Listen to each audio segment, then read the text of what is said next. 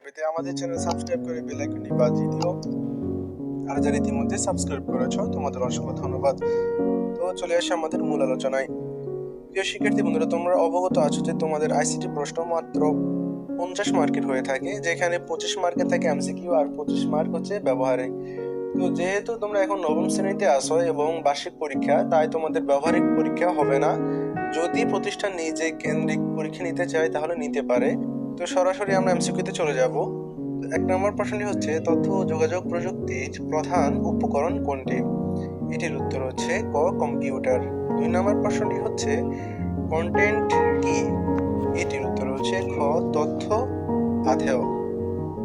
3 নম্বর প্রশ্নটি হচ্ছে, স্প্রেডশিট বিশ্লেষণ ব্যবহার করে নিচের কোনটি সঠিক? এটির উত্তর হচ্ছে গ, 2 ও 3, অর্থাৎ সূত্র ব্যবহার করা যায়, উপাত্ত বিন্যাস করা যায়। শিক্ষার্থী বন্ধুরা, এই ছিল তোমাদের 3 নম্বর প্রশ্ন। এরপরে একটি উদ্দীপক রয়েছে, দেখো নিচের উদ্দীপকের আলোকে 4 ও 5 নং প্রশ্নের উত্তর দাও। তথ্য প্রযুক্তির এক সাফল্য হলো ই বুক তৈরি করা। ই বুক হলো ইলেকট্রনিক বুক, এটি হলো মুদ্রিত বইয়ের ইলেকট্রনিক রূপ। 4 নম্বর প্রশ্ন হচ্ছে, বইটি পড়ার জন্য কি ব্যবহার করতে হয়? এটির উত্তর হচ্ছে ঘ, রিডার। 5 নম্বর প্রশ্নটি হচ্ছে, এ বইয়ে, এখানে নিচের কোনটি সঠিক? উত্তর হচ্ছে ক, 1 ও 3, অর্থাৎ মাল্টিমিডিয়া যুক্ত করা যায়, ছবি যোগ করা যায়। এরপর 6 নম্বর প্রশ্ন হচ্ছে, HTML এর পূর্ণরূপ কি? এটার উত্তর হচ্ছে খ, হাইপার টেক্সট মার্কআপ ল্যাঙ্গুয়েজ। এরপরে 7 নম্বর প্রশ্নটি হচ্ছে, ওয়ার্ড প্রসেসিং প্রোগ্রামের সাহায্যে কোনটি করা যায়? এটির উত্তর হচ্ছে গ, লেখালেখির কাজ। এরপরে 8 নম্বর প্রশ্নটি হচ্ছে, মাইক্রোসফট অফিসের কোন প্রোগ্রামে কলাম ও সারি থাকে? এটির উত্তর হচ্ছে ক, এক্সেল। 9 নম্বর প্রশ্নটি হচ্ছে, ডিজিটাল কন্টেন্ট সংরক্ষিত হয়? এটির উত্তর হচ্ছে ক, 1 ও 2, অর্থাৎ ডিজিটাল পদ্ধতি আর হচ্ছে গিয়ে অ্যানালগ পদ্ধতি, অর্থাৎ ডিজিটাল পদ্ধতি এবং অ্যানালগ পদ্ধতি দুইটিতেই তোমার ডিজিটাল কন্টেন্ট সংরক্ষিত হয়ে থাকে। 10 নম্বর প্রশ্ন হচ্ছে, একটি ফাইলের কাজ বন্ধ করার কমান্ড কোনটি? এটির উত্তর হচ্ছে খ, ক্লোজ। এরপরে 11 নম্বর প্রশ্নটি হচ্ছে, এক্সেল প্রোগ্রামে গুণের জন্য কোন চিহ্নটি ব্যবহার করা হয়? এখানে উত্তর হচ্ছে ঘ, স্টার। 12 নম্বর প্রশ্নটি হচ্ছে, ইন্টারনেট ব্যবহার করার জন্য প্রথমে কোনটি আবশ্যক? এটির উত্তর হচ্ছে গ, স্মার্ট ডিভাইস। তো এই ছিল তোমাদের 12 নম্বর প্রশ্ন। প্রিয় শিক্ষার্থী বন্ধুরা, এরপরে তোমাদের একটি উদ্দীপক রয়েছে, যেখান থেকে তোমাদের 13 ও 14 নং প্রশ্নের উত্তর দিতে হবে। তো উদ্দীপকটি হচ্ছে, আইসিটি শিক্ষক জনাব আব্দুল্লাহ নূর শিক্ষার্থীদের ওয়েবসাইটের ইউনিক ঠিকানা সম্পর্কে পড়াচ্ছিলেন। ক্লাসে নাদির দাঁড়িয়ে স্যারকে প্রশ্ন করলো, কেন এই ইউনিক ঠিকানা ব্যবহার করা হয়? স্যার নাদিরকে বিস্তারিতভাবে বুঝিয়ে দিলেন।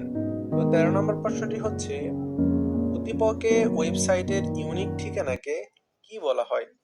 এটির উত্তর হচ্ছে গ, ইউআরএল। এরপরে 14 নম্বরে রয়েছে, ইউআরএল এর অংশ হলো, এখানে নিচের কোনটি সঠিক? উত্তর হচ্ছে ঘ, 1, 2 ও 3, অর্থাৎ প্রোটোকল নেম, হোস্ট নেম, এরপর হচ্ছে ফাইলের অবস্থান। এরপর 15 নম্বর প্রশ্নটি হচ্ছে, হেডার ও ফুটারের অবস্থান কোন ট্যাবে? এটির উত্তর হচ্ছে খ, ইনস্টার্ট ট্যাবে। 16 নম্বর প্রশ্নটি হচ্ছে, স্প্রেডশিটের অপর নাম কি? এটির উত্তর হচ্ছে ওয়ার্কবুক। 17 নম্বর প্রশ্নটি হচ্ছে, ইন্টারনেটের সুবিধা পেতে হলে এখানে নিচের কোনটি সঠিক?